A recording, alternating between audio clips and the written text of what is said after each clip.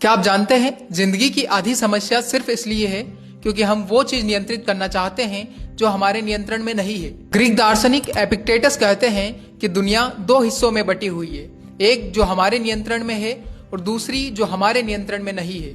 हमारे नियंत्रण में हमारे विचार है, हमारे कर्म है। जो हमारे नियंत्रण में नहीं है वो दूसरों की राय है। अगर हम सिर्फ वही चीजें चुने जो हमारे नियंत्रण में है तो हम कभी परेशान नहीं हो सकते। और यही असली आजादी है, जब इंसान अपने गुस्से पर, अपने डर पर नियंत्रण पा लेता है और लालच का गुलाम नहीं होता। एपिक्टेटस यह भी कहते हैं कि जो कुछ भी जीवन में घटे उसे प्रकृति मानकर स्वीकार करिए। सच्ची खुशी बाहर की चीजों में नहीं है बल्कि अपने वर्च्यू में है, यानी अच्छे चरित्र, साहस, न्याय और संयम में। एपिक्टेटस ने यह कहा कि फिलोसॉफी कोई किताब का विषय नहीं है बल्कि यह रोज जीने का विषय है। एपिक्टेटस की यही सीख थी कि हमारे नियंत्रण में जो चीजें हैं उन्हें नियंत्रित करने पर ज्यादा ध्यान देना चाहिए, बल्कि उन चीजों पर से ध्यान हटाना चाहिए। और उनके शब्दों में यही असली आजादी है।